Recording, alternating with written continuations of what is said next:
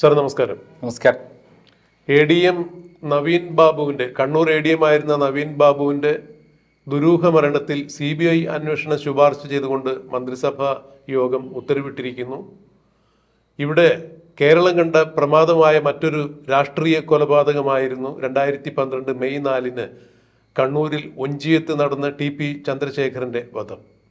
CPM എന്ന മാതൃസംഘടനയിൽ നിന്നും തെറ്റിപ്പിരിഞ്ഞ് CPMന്റെ പുത്തൻകൂറ്റ് നേതാക്കന്മാരുടെ അല്ലെങ്കിൽ ധാർഷ്ട്യക്കാരായ അഹങ്കാരികളായ നേതാക്കന്മാരുടെ നയ വ്യതിയാനങ്ങൾക്കെതിരെ പ്രതികരിച്ചുകൊണ്ട് ആ പാർട്ടിയിൽ നിന്നും തെറ്റിപ്പിരിഞ്ഞ് RMP എന്ന ഒരു പാർട്ടി ഉണ്ടാക്കി TP ചന്ദ്രശേഖരൻ ഒഞ്ചിയത്ത് അക്ഷരാർത്ഥത്തിൽ തന്നെ രാഷ്ട്രീയ അശ്വമേധം നടത്തുകയായിരുന്നു. CPMന്റെ കോട്ട കൊത്തളങ്ങളെല്ലാം പഞ്ചായത്ത് തെരഞ്ഞെടുപ്പുകളിൽ പോലും പിടിച്ചടക്കുന്ന കാഴ്ചയാണ് കണ്ടത്. അന്നേ CPMന്റെ കണ്ണിലെ കരടായി മാറിയിരുന്നു TP ചന്ദ്രശേഖരൻ. കല്ലിലടിച്ച പൂക്കല പോലെ നിന്റെ തല ചിന്നിച്ചിതറിക്കും എന്ന് TP ചന്ദ്രശേഖരനെ രാഷ്ട്രീയമായി ഇല്ലായ്മ ചെയ്യും എന്ന് പറഞ്ഞുകൊണ്ട് CPMന്റെ പല പ്രമുഖരും പലയിടങ്ങളിലായി പ്രസംഗിക്കുകയുണ്ടായി. ഒടുവിൽ അത് തന്നെ സംഭവിച്ചു. 2012 മെയ് 4 രാത്രി TP ചന്ദ്രശേഖരനെ 51 വെട്ടുവെട്ടി CPMന്റെ നേതൃത്വത്തിലുള്ള ഗുണ്ടാ സംഘം, CPMലെ പ്രമുഖരായ പല നേതാക്കന്മാരും ആ കൊലപാതകത്തിൽ ഉണ്ടായിരുന്നു എന്നാണ് പിന്നീട് തെളിഞ്ഞത്. ഇപ്പോൾ TP ചന്ദ്രശേഖരൻ വധക്കേസിൽ ശിക്ഷിക്കപ്പെട്ട് ജയിലിൽ കഴിയുന്ന ആളുകളിൽ പലരും CPMന്റെ സമുന്നത നേതാക്കളായിരുന്നു. അതിൽ വാടക കൊലയാളികളുമുണ്ട്. ഈ വാടക കൊലയാളികളെ സംബന്ധിച്ചിടത്തോളം TP ചന്ദ്രശേഖരനുമായി യാതൊരു തരത്തിലും ബന്ധമില്ലാത്ത ആളുകളും ശത്രുതയോ അവർക്ക് TP ചന്ദ്രശേഖരനായി സൗഹൃദമോ ഇല്ലാത്ത ആളുകളായിരുന്നു. ഒരു ഇടപാടും TP ചന്ദ്രശേഖരനുമായി അവർക്കുണ്ടായിരുന്നില്ല. കൊടിസുനി അടക്കമുള്ള വാടക കൊലയാളികളെ ഇറക്കിയത് CPMന്റെ ഔദ്യോഗിക നേതൃത്വം തന്നെയാണ് എന്നാണ് TP ചന്ദ്രശേഖരന്റെ വിധവയായ KK രമ MLAയും അതുപോലെ തന്നെ RMPയുടെ നേതാക്കളും ഒഞ്ചിയത്തും വടകരയിലുമുള്ള സാധാരണക്കാരായ TP ഇഷ്ടപ്പെടുന്ന ആളുകളും പറയുന്നത്. ഇന്നിപ്പോൾ കണ്ണൂർ ADM ആയിരുന്ന നവീൻ ബാബുവിന്റെ ദുരൂഹ മരണത്തിൽ അത് കൊലപാതകം തന്നെയാണോ എന്നുള്ള ഒരു കേരളത്തിന്റെ പൊതുബോധ്യത്തിൽ ഇപ്പോൾ മാറിവന്ന VD സതീശന്റെ മന്ത്രിസഭ CBI അന്വേഷണത്തിന് ശുപാർശ ചെയ്തിരിക്കുന്നു. നേരത്തെ സുപ്രീം കോടതിയിൽ വരെ പോയി മടങ്ങിയ ഒരു ഹർജിയാണത്. ഇവിടെ എനിക്ക് സാറിനോട് ചോദിക്കാനുള്ളത്, TP ചന്ദ്രശേഖരന്റെ വധത്തിലെ ദുരൂഹതയുമായി ബന്ധപ്പെട്ട് ഒരു CBI അന്വേഷണത്തിന് TP ചന്ദ്രശേഖരന്റെ വിധവയായ KK രമ MLA നേരത്തെ തന്നെ ആവശ്യം ഉന്നയിച്ചിട്ടുണ്ടായിരുന്നു. എന്നാൽ അന്ന് കേരളം ഭരിച്ചിരുന്ന, 2 വട്ടം കേരളം ഭരിച്ചിരുന്ന മുഖ്യമന്ത്രി പിണറായി വിജയന്റെ മന്ത്രിസഭ അത് ഒരു കാരണവശാലും കൈക്കൊണ്ടില്ല. ഇപ്പോൾ മാറിയ സാഹചര്യത്തിൽ KK രമയുടെ TP ചന്ദ്രശേഖരന്റെ വധത്തിലെ ഗൂഢാലോചന അന്വേഷിക്കണം എന്നുള്ള CBI അന്വേഷണത്തിന്റെ ആവശ്യം അംഗീകരിക്കപ്പെടാനുള്ള സാധ്യത എങ്ങനെയാണ് ഒരു മുതിർന്ന മാധ്യമ പ്രവർത്തകൻ, രാഷ്ട്രീയ നിരീക്ഷകൻ എന്ന രീതിയിൽ നന്ദകുമാർ സാർ അതിനെ വിലയിരുത്തുന്നത്? അത് ചരിത്രത്തിൻ്റെ ഒരു ഭാഗമാണ്. TP ചന്ദ്രശേഖരന്റെ മരണത്തിലെ ഗൂഢാലോചന അന്വേഷിച്ച് യഥാർത്ഥ പ്രതികളെ കൊണ്ടുവരേണ്ടത്. യഥാർത്ഥ പ്രതികളെ അല്ല കൃത്യമായി പറഞ്ഞാൽ ഈ സംഭവത്തിൽ പുറത്തു വന്നിട്ടുള്ളത്. കൊലപാതകത്തിൽ നേരിട്ട് പങ്കെടുത്ത ആളുകൾ തന്നെയാണ്. പക്ഷേ അവർക്ക് ആരാണ് കൊട്ടേഷൻ കൊടുത്തത്? കൊട്ടേഷൻ കൊടുത്ത ആളില്ലാതെ കൊട്ടേഷൻ വന്ന് പ്രവർത്തിക്കില്ലല്ലോ. ഈ പറയുന്ന TP ചന്ദ്രശേഖരന് കൊടിസുനിയിലുമായിട്ടോ കിർമാനീയമായിട്ടോ അങ്ങനെയുള്ള ആളുകളുമായിട്ടൊന്നും വേറെ വിരോധത്തിൻ്റെ പ്രശ്നമില്ലല്ലോ. അപ്പോൾ വിരോധത്തിൻ്റെ അല്ല, അവർക്ക് കൊടുത്ത കൊട്ടേഷൻ അവർ നടപ്പിലാക്കി. ആര് കൊടുത്തു? അതാണ് ഏറ്റവും പ്രധാനം. അതിലെ ഗൂഢാലോചന കൃത്യമായി അന്വേഷിച്ചു പോയാൽ എത്തുന്നത് തിരുവനന്തപുരത്ത് AKG സെൻറ്ററിലും പിണറായി വിജയൻ്റെ വീട്ടിലുമായിരിക്കും. കാരണം പിണറായി വിജയന് അന്ന് ഓപ്പറേഷൻ സക്സസ് എന്ന് പറയുന്ന ഒരു മെസ്സേജ് തന്നെ വന്നിട്ടുണ്ട്. രണ്ടാമത് ഇളമരം കരീമാണ് അന്നത്തെ ഏറ്റവും അധികം വിവാദ നായകനായിട്ടുള്ളത്. ഇവർ രണ്ടുപേരും കൂടെയുള്ള ഒരു ഗൂഢാലോചന ബലമായിട്ടാണ് കോഴിക്കോട്, കണ്ണൂർ CPM ജില്ലാ സെക്രട്ടറിമാരും അടങ്ങുന്ന വലിയൊരു ഗൂഢാലോചന നിരയിൽ ആളുകളുണ്ട്. അവിടെയും ഇവിടെയും കൂടെയുള്ള കണ്ണൂരും കോഴിക്കോടുമായിട്ട് ബന്ധിപ്പിച്ച് നിൽക്കുന്ന വടകരയിൽ ഈ സംഭവം നടക്കുമ്പോൾ അതിൻ്റെ പിന്നിൽ വളരെ മുകളിൽ നിന്നുള്ള ഒരു ഗൂഢാലോചന കൊണ്ട് മാത്രമേ, കൃത്യമായ നിർദ്ദേശം കൊണ്ട് മാത്രമേ TP ചന്ദ്രശേഖരനെ കൊല്ലാൻ കഴിയുള്ളൂ. കാരണം പിണറായി വിജയൻ അറിയാതെ, മാർക്സിസ്റ്റ് പാർട്ടിയുടെ സംസ്ഥാന സെക്രട്ടറി അറിയാതെ ഇന്നത്തെ ഒരു കൊലപാതകം നടക്കില്ല. അപ്പോൾ പിണറായി വിജയൻ തന്നെയാണ് അതിൻ്റെ മുഖ്യ വില്ലൻ എന്നുള്ള കാര്യത്തിൽ അരിയാഹാരം കഴിക്കുന്ന എല്ലാവർക്കും അറിയാം. പക്ഷേ കഴിഞ്ഞ ഗവൺമെൻറ് കാലത്ത്, അതായത് ഉമ്മൻചാണ്ടി ഗവൺമെൻറ് കാലത്ത് തിരുവഞ്ചൂർ രാധാകൃഷ്ണൻ്റെ അന്ന് ആഭ്യന്തരമന്ത്രിയായിരിക്കുമ്പോൾ ഒരു ഘട്ടം എത്തിയപ്പോൾ അന്വേഷണം മുടങ്ങി. ആ അന്വേഷണം മുടങ്ങാൻ പാടില്ലാത്തതാണ്. അപ്പം അത് അന്വേഷിച്ച് ഈ പുറം ലോകം നമ്മുടെ മുന്നിലേക്ക് വരേണ്ടത് നമ്മുടെയൊക്കെ ആവശ്യമാണ്. കാരണം ഈ ഇത്തരത്തിലുള്ള കൊലപാതകങ്ങൾ അറുതി വരുത്താൻ ഇതിലെ മുഖ്യന്മാർ പിടിക്കപ്പെടണം. എന്നാൽ മാത്രമേ അതിന് പരിഹാരമുള്ളൂ. ഈ TP ചന്ദ്രശേഖരൻ്റെ കൊലപാതകത്തിൽ കുറേ കൊട്ടേഷൻ ടീമിനെ അറസ്റ്റ് ചെയ്തുകൊണ്ട് അതിന് പരിഹാരമാവില്ല. അത് കൃത്യമായി എത്തിപ്പെടുന്ന പിണറായി വിജയൻ തന്നെയാണ് എന്നുള്ളത് നമുക്ക് അറിഞ്ഞുകൊണ്ട് തന്നെ ആ ഗൂഢാലോചന കൃത്യമായി അന്വേഷിച്ച് കണ്ടുപിടിക്കേണ്ടത് തന്നെയാണ്. സാറേ, ഈ TP ചന്ദ്രശേഖരൻ വധവുമായി ബന്ധപ്പെട്ട് ഇപ്പോൾ സാറ് പറഞ്ഞതുപോലെ തിരുവഞ്ചൂർ രാധാകൃഷ്ണൻ ആഭ്യന്തരമന്ത്രി ആയിരിക്കുമ്പോൾ അന്ന് അവിടെ മുടക്കോഴി മലയിൽ ഒളിച്ചിരുന്ന പ്രതികളെ വളരെ സാഹസികമായി കീഴടക്കുകയും അതുപോലെ മഹാരാഷ്ട്ര വരെയൊക്കെ പോയി പോലീസ് അന്വേഷിച്ച് പ്രതികളെ കണ്ടെത്തി നിയമത്തിന് മുന്നിൽ കൊണ്ടുവരികയൊക്കെ ചെയ്തതാണ്. എന്നാൽ പിന്നീട് ഉമ്മൻചാണ്ടി സർക്കാരിനെതിരെ ഒരു സെക്രട്ടേറിയറ്റ് ഉപരോധം വരികയും രാപ്പകൽ 2.5 ദിവസം നീണ്ടു നിന്ന ആ ഉപരോധം ഒത്തുതീർപ്പായത് CPM സഖാക്കൾ പോലും അറിഞ്ഞില്ല. എങ്ങനെയാണ് ഒത്തുതീർപ്പായെന്നുള്ളത്. ആ ഒത്തുതീർപ്പായതിൻ്റെ പിറകിൽ TP ചന്ദ്രശേഖരൻ വധവുമായി അന്വേഷണം മുന്നോട്ട് ഇനിയും തുടരില്ല അല്ലെങ്കിൽ പോകില്ല എന്നുള്ളൊരു ഉറപ്പ് CPMകാർക്ക് കിട്ടിയതിനെ തുടർന്നാണ് സെക്രട്ടേറിയറ്റ് ഉപരോധം പിൻവലിച്ചത് എന്നൊക്കെ ഒരു വാർത്തകൾ അന്ന് എല്ലാ വാർത്താ മാധ്യമങ്ങളിലും പ്രചരിച്ചിട്ടുണ്ടായിരുന്നു. അതിൻ്റെ സത്യാവസ്ഥയിലേക്ക് പോവുകയാണെങ്കിൽ തീർച്ചയായും ഇന്നിപ്പോൾ അന്നത്തെ ആഭ്യന്തര വകുപ്പ് മന്ത്രിയായിരുന്ന തിരുവഞ്ചൂർ രാധാകൃഷ്ണൻ സ്പീക്കറായിരിക്കുന്നു.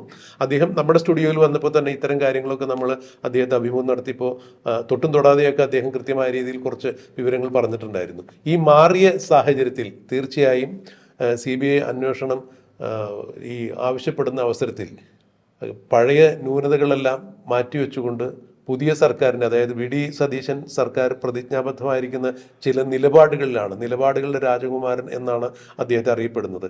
അദ്ദേഹം അധികാരത്തിൽ വന്നതിന് ശേഷം ആ നിലപാടുകളുടെ ദൃഢനിശ്ചയം എന്താണ് എന്നുള്ളത് കേരളീയർ കണ്ടറിഞ്ഞതാണ്. ആശാവർക്കർമാർക്ക് കൊടുത്ത വാക്ക് പാലിക്കുന്നതിൻ്റെ ഭാഗമായി അവർക്ക് ശമ്പള വർധന കൂട്ടിക്കൊടുക്കുന്നു. അതുപോലെ തൊഴിലാളികൾക്ക് ശമ്പള വർധന ഉണ്ടാക്കുന്നു. യൂത്ത് കോൺഗ്രസ്സുകാരെ ചെടിച്ചട്ടി കൊണ്ടും മുളവടി കൊണ്ടുമൊക്കെ അടിച്ച് രക്ഷാപ്രവർത്തനം എന്ന് പറഞ്ഞ് അക്രമകാരികൾക്കെതിരെ ബഹുമാനപ്പെട്ട കോടതി വരെ കേസെടുക്കണമെന്ന് പറഞ്ഞ് ആ റിപ്പോർട്ടിന്മേൽ തുടരന്വേഷണം വരുന്നു. ഇതുപോലെ നാനാവിധമായിട്ടുള്ള കാര്യങ്ങളിൽ കൃത്യമായ നിലപാടുകളോടുകൂടി VD സതീശൻ എന്ന മുഖ്യമന്ത്രി മുന്നോട്ട് പോകുമ്പോൾ തീർച്ചയായും CBI അന്വേഷണത്തിന് പുതിയ സർക്കാരിനൊരു ധാർമ്മികമായ ബാധ്യത കൂടിയില്ലേ?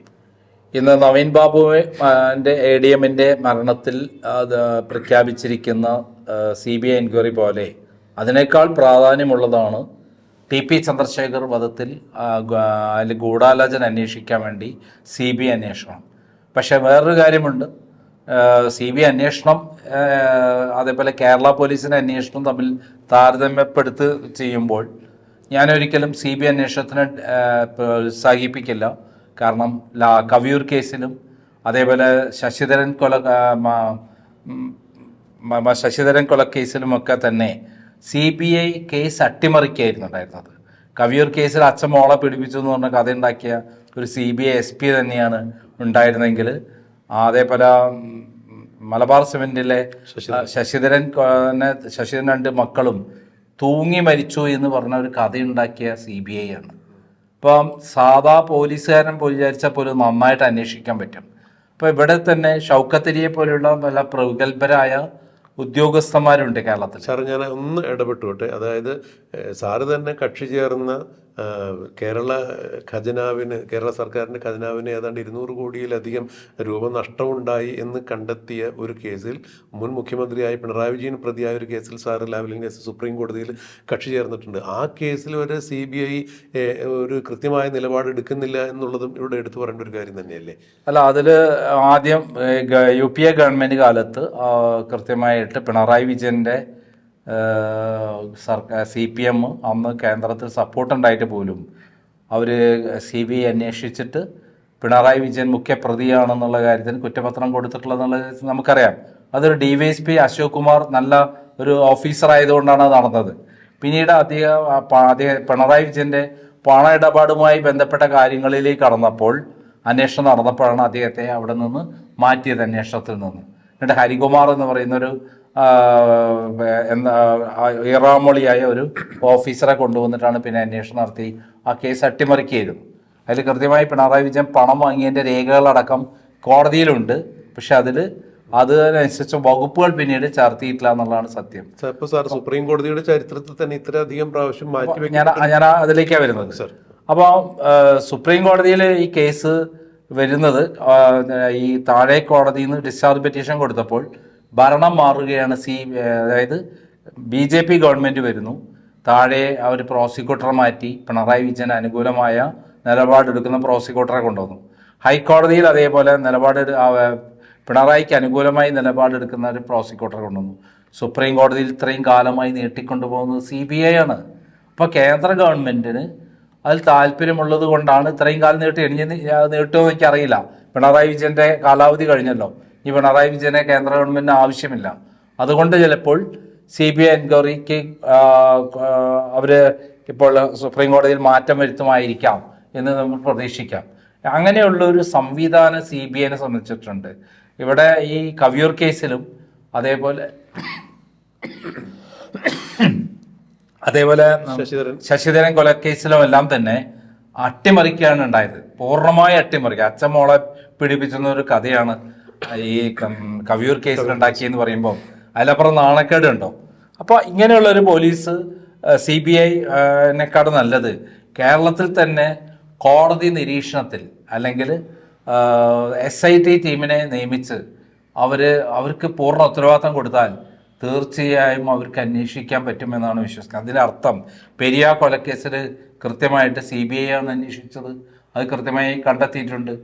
അപ്പോൾ അതേപോലെ ഷുഹൈബ് കൊലക്കേസിലും CBI ആണ് അന്വേഷിച്ചത്. അപ്പം അതിലും നല്ല അനുഭവങ്ങളുണ്ട്. ഇല്ല എന്നുള്ളതല്ല, ഞാൻ ഇപ്പുറത്ത് ദുരനുഭവം കൂടി പറഞ്ഞതെന്നുള്ളൂ.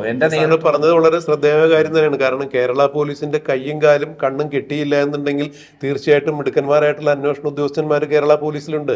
ലോകോത്തരമായ പോലീസിന്റെ നിലവാരത്തിലുള്ള അന്വേഷണ ഉദ്യോഗസ്ഥന്മാർ കേരള പോലീസിലുണ്ട്. പക്ഷേ രാഷ്ട്രീയമായ ചില ഇടപെടലുകൾ ഉണ്ടാകുമ്പോൾ അവരുടെ ഇച്ഛാശക്തിക്ക് അനുസരിച്ച് ഇവർ പലപ്പോഴും മൗനം ദീക്ഷിക്കേണ്ടി വരുന്നു, അല്ലെങ്കിൽ കേസുകൾ വഴിതിരിച്ചു വിടപ്പെടാനായിട്ട് പോലീസിൽ സമ്മർദ്ദം ഉണ്ടാകുന്നു എന്നുള്ളത് വളരെ വാസ്തവം തന്നെയാണ്. എൻ്റെ അടുത്ത് TP ചന്ദ്രശേഖർ കൊലക്കേസുമായി ബന്ധപ്പെട്ട സുപ്രധാനമായ രേഖകളുണ്ടായിരുന്നു.